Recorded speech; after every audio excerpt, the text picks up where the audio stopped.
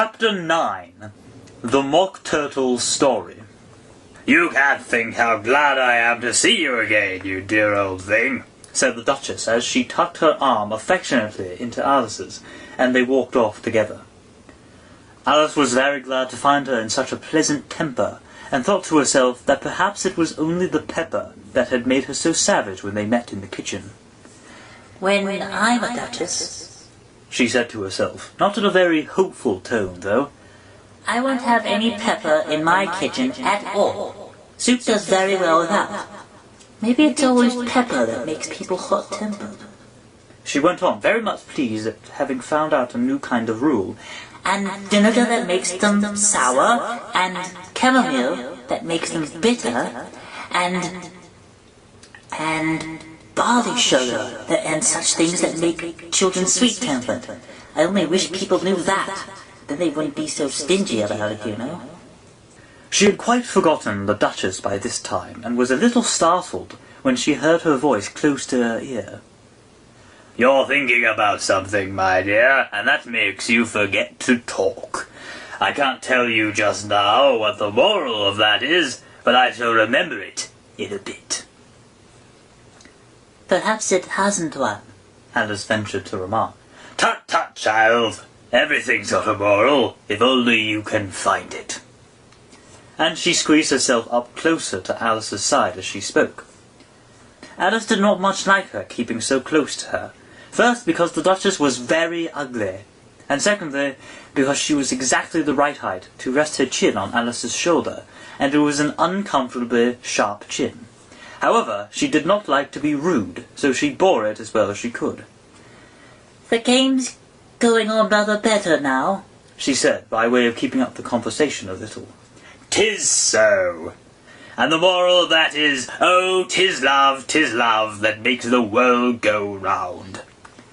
"Somebody said," Alice whispered, "that it's done by everybody minding their own business." "Ah, well, it means much the same thing," said the Duchess, digging her sharp little chin into Alice's shoulder as she added, "and the moral of that is, take care of the sense, and the sounds will take care of themselves." "How fond she is of finding morals in things," Alice thought to herself. "I dare say you're wondering why I don't put my arm round your waist," the Duchess said after a pause. "The reason is that I'm doubtful about the temper of your flamingo. Shall I try the experiment?" "He might bite," Alice cautiously replied, not feeling at all anxious to have the experiment tried. "Very true. Flamingos and mustard both bite, and the moral of that is, birds of a feather flock together." "Only mustard isn't a bird." "Right as usual. What a clear way you have of putting things." "It's a mineral, I think." "Of course it is," said the Duchess, who seemed ready to agree to everything that Alice said. "There's a large mustard machine near here, and the moral of that is, the more there is of mine, the less there is of yours." "Oh, I know," exclaimed Alice, who had not attended to this last remark. "It's a vegetable. It doesn't look like one, but it is." "I quite agree with you. And the moral of that is, be what you would seem to be. Or, if you like it put more simply, never imagine yourself not to be otherwise than what it might appear to others that what you were or might have been was not otherwise than what you had been or would have appeared to them to be otherwise."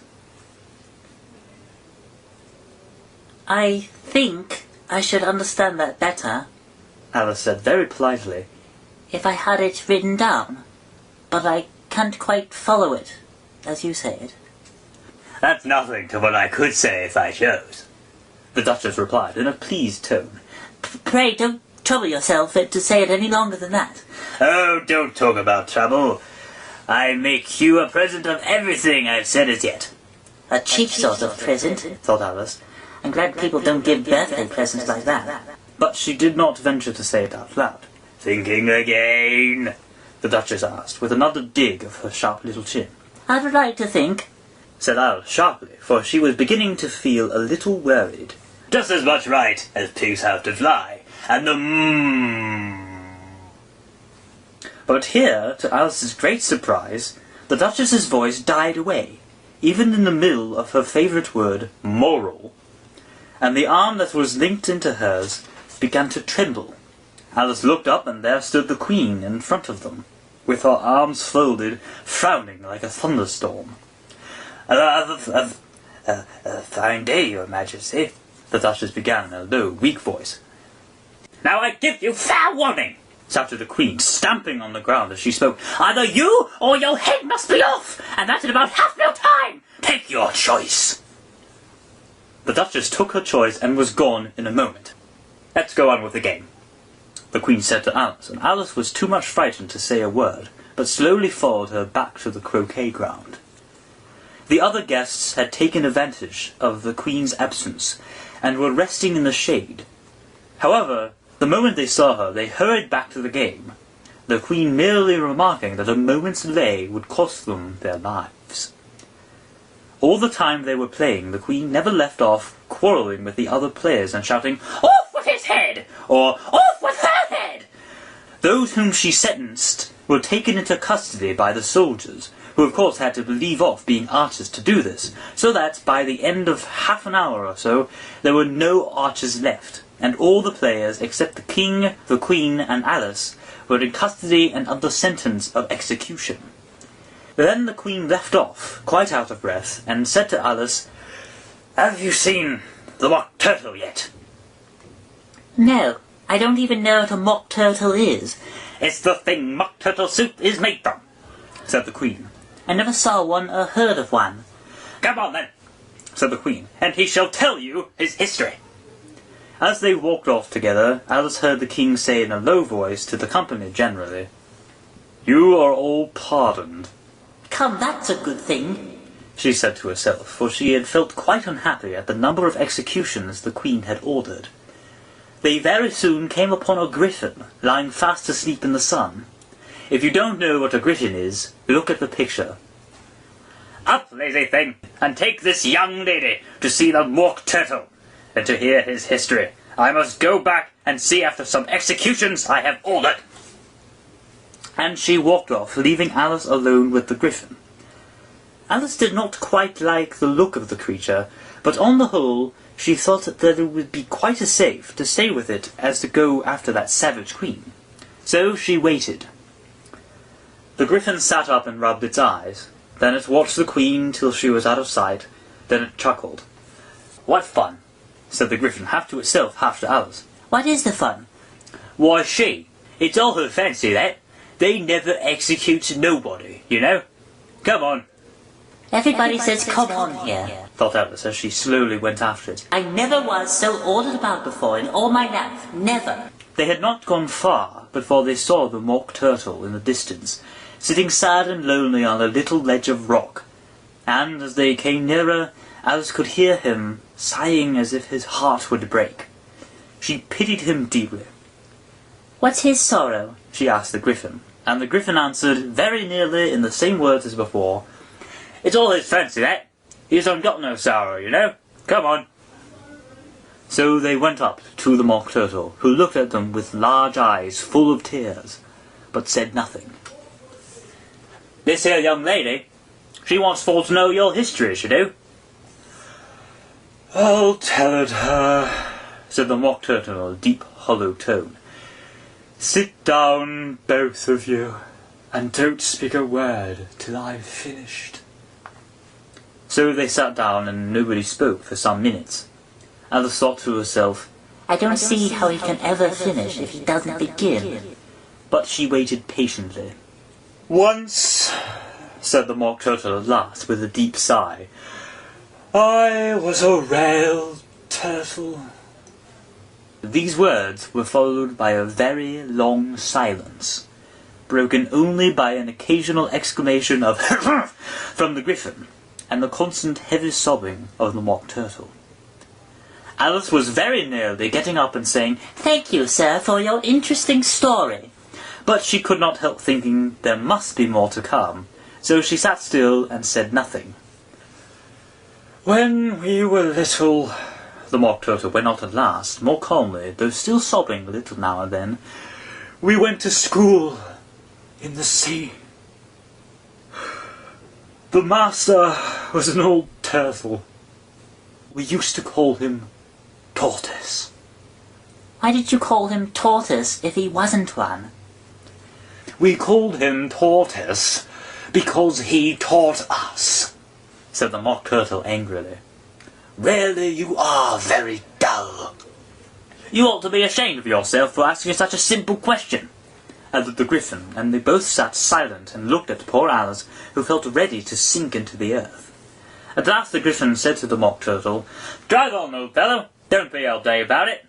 And he went on in these words, "Yes, we went to school in the sea, though you mayn't believe it." I never said I didn't. "You did." "Hold your tongue," added the Gryphon, before Alice could speak again. The Mock Turtle went on, "We had the very best of educations. In fact, we went to school every day." I've been to a day school too. You needn't be so proud as all that. "With extras?" asked the Mock Turtle, a little anxiously. Yes, we learned French and music. "And washing?" Certainly not, said Alice indignantly. "Ah, then yours wasn't a really good school," said the Mock Turtle in a tone of great relief. "Now at ours, they had, at the end of the bill, French, music, and washing extra." You couldn't have wanted it much, living at the bottom of the sea. "I couldn't afford to learn it," said the Mock Turtle with a sigh. "I only took the regular course." What was that? "Reading and writing, of course, to begin with," the Mock Turtle replied. "And then the different branches of arithmetic. Ambition, distraction, uglification, and derision." I never heard of uglification, Alice ventured to say. What is it? The Gryphon lifted up both its paws in surprise. "Never heard of uglifying?" it exclaimed. "You know what to beautify is, I suppose?" Yes, said Alice doubtfully. it means to make anything prettier. "Well then, if you don't know what to uglify is, you are a simpleton." Alice did not feel encouraged to ask any more questions about it, so she turned to the Mock Turtle and said, What else had you to learn? "Well, there was mystery," the Mock Turtle replied, counting off the subjects on his flappers. "Mystery, ancient and modern, with seaography, then drawling. The drawling master was an old conger eel that used to come once a week. He taught us drawling, stretching, and fainting in coils." What was that like? "Well, I can't show you myself. I'm too stiff. And the Gryphon never learnt it. Hadn't time. I went to the classical master, though. He was an old crab, he was." "I never went to him," said the Mock Turtle with a sigh. "He taught laughing and grief, they used to say." So he did, said the Gryphon, sighing in his turn, and both creatures hid their faces in their paws. And how many hours a day did you do lessons? said Alice, in a hurry to change the subject. 10 hours the first day, 9 the next, and so on. What a curious plan. That's the reason they're called lessons, because they lesson from day to day. This was quite a new idea to Alice, and she thought it over a little before she made her next remark. Then the 11th day must have been a holiday. Of course it was, said the Mock Turtle. And how did you manage on the 12th? Alice went on eagerly. That's enough about lessons, the Gryphon interrupted in a very decided tone. Tell her something about the games now.